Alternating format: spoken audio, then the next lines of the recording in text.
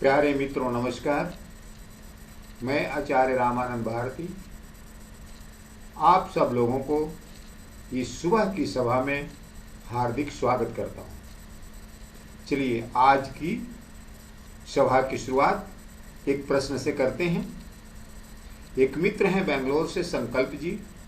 वे पूछते हैं कि आचार्य जी, आध्यात्मिक जीवन में भोजन का क्या महत्व है? प्यारे मित्रों,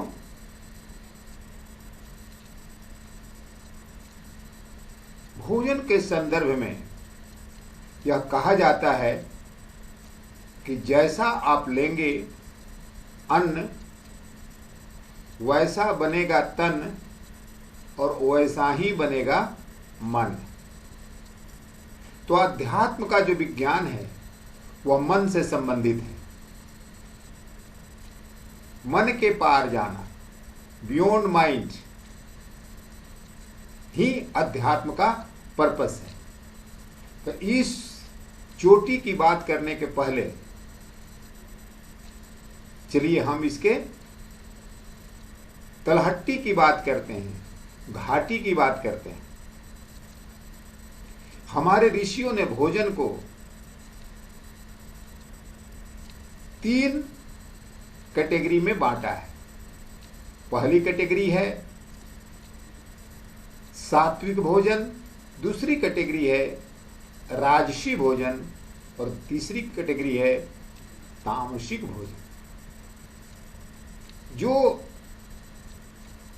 सात्विक भोजन है उसी को हम अल्कलाइन फूड कहते हैं मित्रों।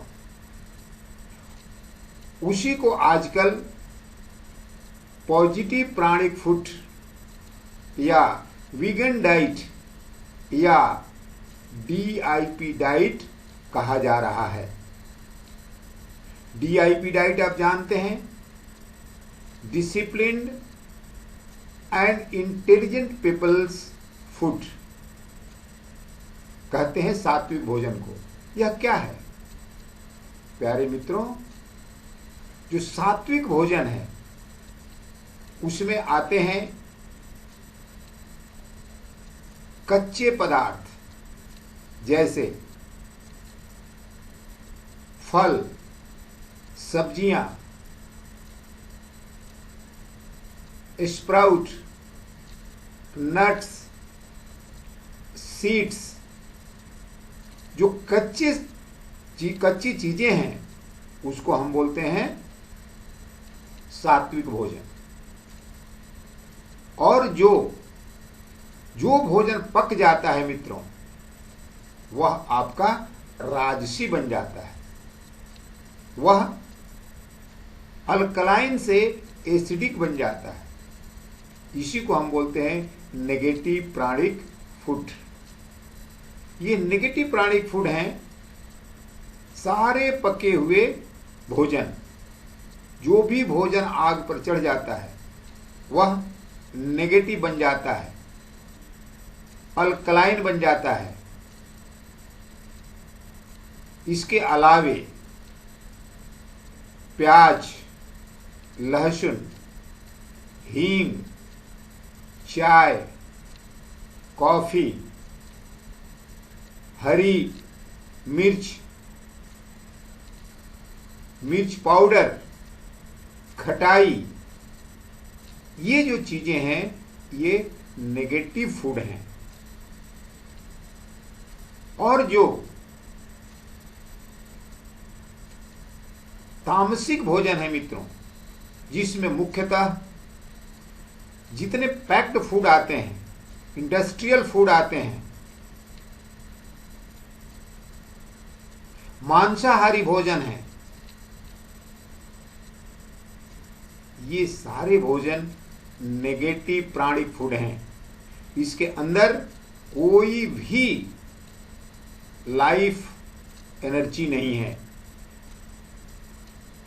इन भोजनों को लेने से आपके शरीर में तमस पैदा होता है, आलस पैदा होता है, लेजीनेस पैदा होता है। इसलिए इसको हम बोलते हैं तामसिक भोजन। तो यहां पर हम मुख्य रूप से सात्विक भोजन और राजसी भोजन की चर्चा करेंगे मित्रों। जैसा कि मैंने कहा, जो सात्विक भोजन है उसको लेने से आपके अंदर सात्विक गुणों का विकास होता है, यानी पॉजिटिव एनर्जी आपके शरीर में बनती है। और जब आप राजसी भोजन लेते हैं, यानी नेगेटिव प्राणिक फूड लेते हैं, उसको लेने से आपके शरीर में नेगेटिव एनर्जी बनती है।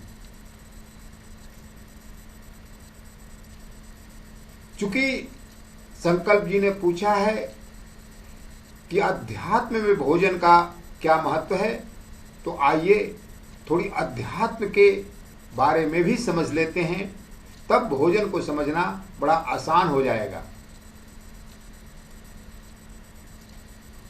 यह हमारा शरीर ऊर्जा से बना है। यह ऊर्जा हमारे शरीर में भोजन से आता है, और यह भोजन 5 महाभूतों से आता है मित्रों। जो 5 एलिमेंट्स हैं, 5 तत्व हैं, जल तत्व, पृथ्वी तत्व, अग्नि तत्व, वायु तत्व और आकाश ईथर तत्व। इन तत्वों को हम अपने शरीर में भोजन के रूप में ग्रहण करते हैं, और पाचन क्रिया के माध्यम से इंजेशन, डाइजेशन और ऑब्जॉर्प्शन के माध्यम से वह हमारे सेल्स में चला जाता है। यह हम सब लोग जानते हैं। यही एनर्जी हमारे शरीर में है, यही एनर्जी हमारे मन में है, यही एनर्जी हमारी भावनाओं में है। ओशो इस संदर्भ में कहते हैं कि condensed form of mind is body and condensed form of consciousness is mind. यानी मन का सघन हो गया रूप शरीर है, और चेतना का सघन हो गया रूप मन है मित्रों। यानी शरीर, मन और चेतना ये अलग अलग नहीं है, बल्कि तीनों एक ही हैं। और ये तीनों कहाँ से आती हैं? ये तीनों आपके भोजन से आता है।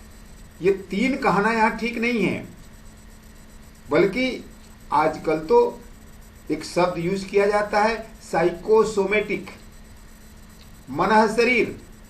आजकल मनः शरीर भी नहीं कहा जा रहा है, आजकल मनो शरीर, यानी मन और शरीर के अंदर से हाइफन भी हट गया है। प्यारे मित्रों, हमारा शरीर, मन और चेतना अलग अलग नहीं है, बल्कि एक ही है। लेकिन यह चेतना मनुष्य के अंदर कहाँ निवास करती है? साधारणतः यह चेतना मनुष्य के अंदर हृदय चक्र पर, जिसको सब कॉन्शियस माइंड कहते हैं, अनाहत चक्र कहते हैं, वहां निवास करती है। उस अनाहत चक्र के नीचे 3 चक्र हैं जो भली भांति परिचित हैं: मणिपुर चक्र, स्वाधिष्ठान चक्र और मूलाधार चक्र। तो हमारी चेतना जब इन नीचे के तीनों चक्रों पर गति करती है तो हमारा संसार बनता है। और जब आप नेगेटिव प्राणिक फूड लेते हैं, यानी लहसुन, प्याज, हींग, चाय, कॉफी, हरी मिर्च, खटाई, पैक्ड फूड, इंडस्ट्रियल फूड, मांसाहारी भोजन, दूध और दूध से बना पदार्थ, जब आप लेते हैं तो आपकी चेतना नीचे की तरफ प्रवाहित होती है। जो हमारे नीचे के चेतना के लेवल हैं, चाहिए उसको भी हम ठीक से समझ लेते हैं। जो हमारी चेतना का लेवल है, जिसको हम सबकॉन्शियस माइंड कह रहे हैं, उसके नीचे जो चेतना का लेवल है उसको हम बोलते हैं इंडिविजुअल अनकॉन्शियस, व्यक्तिगत अवचेतन, जो मणिपुर चक्र पर स्थित है। जो उसके नीचे जो चेतना का लेवल है, जिसको बोलते हैं कलेक्टिव अनकॉन्शियस, सामूहिक अवचेतन, जो आपको स्वाधिष्ठान चक्र पर अवस्थित है। और जो सबसे नीचे जो चेतना का लेवल है, जिसको हम कहते हैं कॉस्मिक अनकॉन्शियस, जो मूलाधार चक्र पर अवस्थित है। मित्रों, जब आप नेगेटिव फूड, कुक्ड फूड लेते हैं तो आपकी एनर्जी जो बनती है वो नेगेटिव बनती है, यानी वह नीचे के चक्रों पर गति करती है। ठीक इसके उल्टा, जब आप सात्विक भोजन लेते हैं, यानी vegetables, fruits, sprouts, nuts, seeds लेते हैं, तो आपकी एनर्जी ऊपर के चक्रों पर गति करती है। यानी इन चीजों से जो एनर्जी पैदा होती है उसी को ही हम पॉजिटिव प्राणिक फूड कह रहे हैं। मित्रों, ऊपर के जो चेतना का लेवल है, जो पहला लेवल है, जो विशुद्धि चक्र से कनेक्टेड है, उसको हम बोलते हैं इंडिविजुअल कॉन्शियसनेस। जो दूसरे लेवल का जो चेतना का लेवल है, उसको हम बोलते हैं कलेक्टिव कॉन्शियसनेस, जो आज्ञा चक्र थर्ड आई से कनेक्टेड है। और जो उसके भी ऊपर चेतना का लेवल है, उसको हम बोलते हैं कॉस्मिक कॉन्शियसनेस, जो सहस्त्रार से, क्राउन चक्रा से रिलेटेड है। मित्रों, जहां पर ध्यान और समाधि के फूल खिलते हैं। ओशो इस संदर्भ में कहते हैं कि peak is to be achieved via abyss. इसका क्या मतलब है? ओशो दूसरे शब्दों में कहते हैं कि आप साधना की चिंता कर लेना, परमात्मा आपकी सिद्धि की चिंता कर लेगा। यानी आप साधना करना, सिद्धि की चिंता मत करना। इस संदर्भ में और आगे कहते हैं कि जब एक वृक्ष की जड़ें नीचे की तरफ जाती हैं तो उसकी तना, उसका स्टेम ऊपर की तरफ बढ़ना शुरू हो जाता है। जब जड़ 2 फीट नीचे जाता है तो उसका स्टेम, तना ऊपर की तरफ 2 फीट बढ़ जाता है।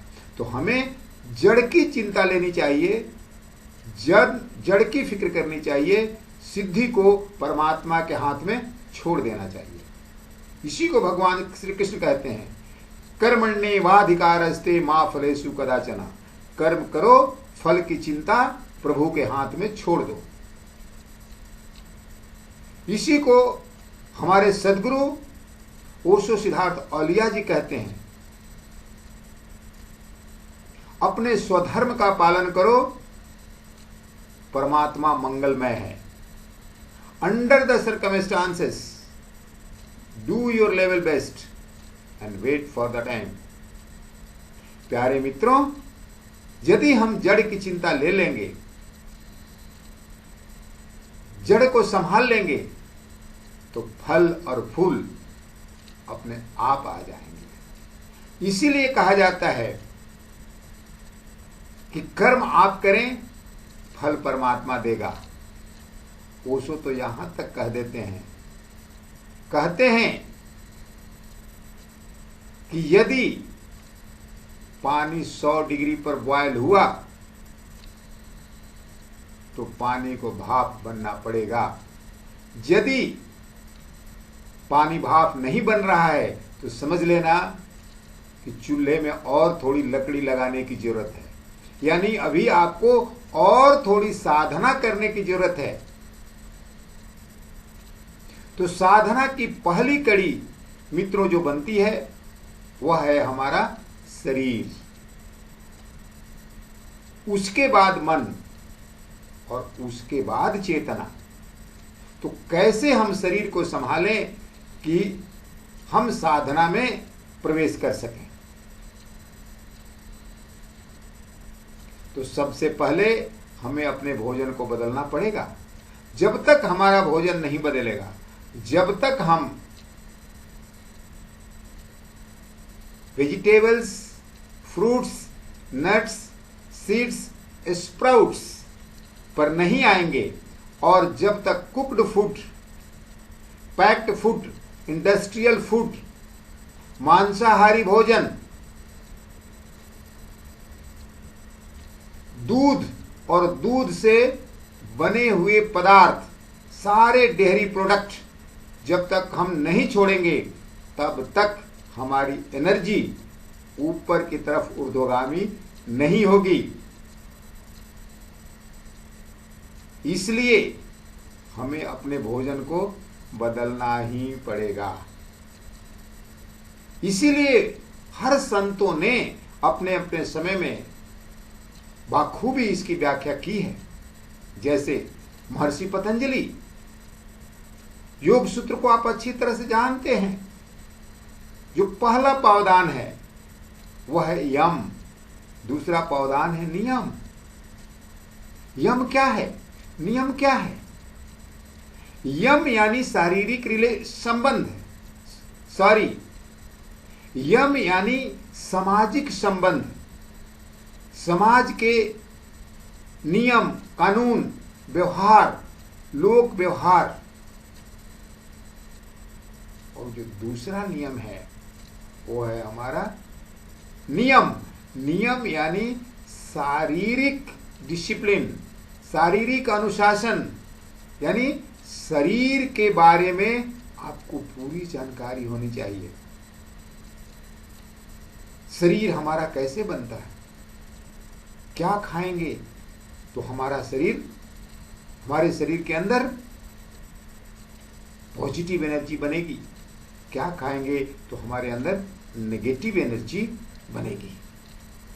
प्यारे मित्रों, जब तक हम इस भोजन के विज्ञान को अच्छी तरह से नहीं समझ लेंगे तब तक ध्यान और समाधि निश्चित रूप से लगेगी, झलकें मिलेंगी, लेकिन आप ध्यान और समाधि की गहराई में नहीं जा पाएंगे। इसलिए सबसे पहले हमें अपने भोजन को बदलना होगा। जैसा कि मैंने अभी आपको बताया कि जैसा होगा आपका अन्न वैसा बनेगा तन, और वैसा ही आपका बनेगा मन। मन और चेतना आप जानते हैं कि अलग अलग नहीं है। ओशो इस संदर्भ में मन और चेतना को डिस्टिंग्विश करते हुए, अलग करते हुए कहते हैं कि corrupted consciousness is mind and uncorrupted mind is consciousness. शुद्ध मन चेतना है और अशुद्ध चेतना मन है। उसी तरह से जैसा कि अभी मैंने बताया कि condensed form of mind is body and condensed form of consciousness is mind, यानी चेतना का सघन हो गया रूप मन है और मन का सघन हो गया रूप शरीर है। यानी शरीर, मन, चेतना अलग अलग नहीं है। ये सब क्या है? ये सभी ऊर्जा है। और यह ऊर्जा कहां से आती है? आपके भोजन से आता है। और वो इस ऊर्जा का जो पहला रूप है वो है भोजन, जो दूसरा रूप है वो है मन, और तीसरा जो रूप है वो है चेतना। प्यारे मित्रों, इस चीज को अच्छी तरह से आप समझ लें।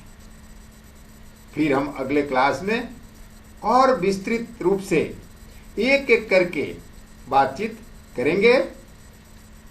याद रखें,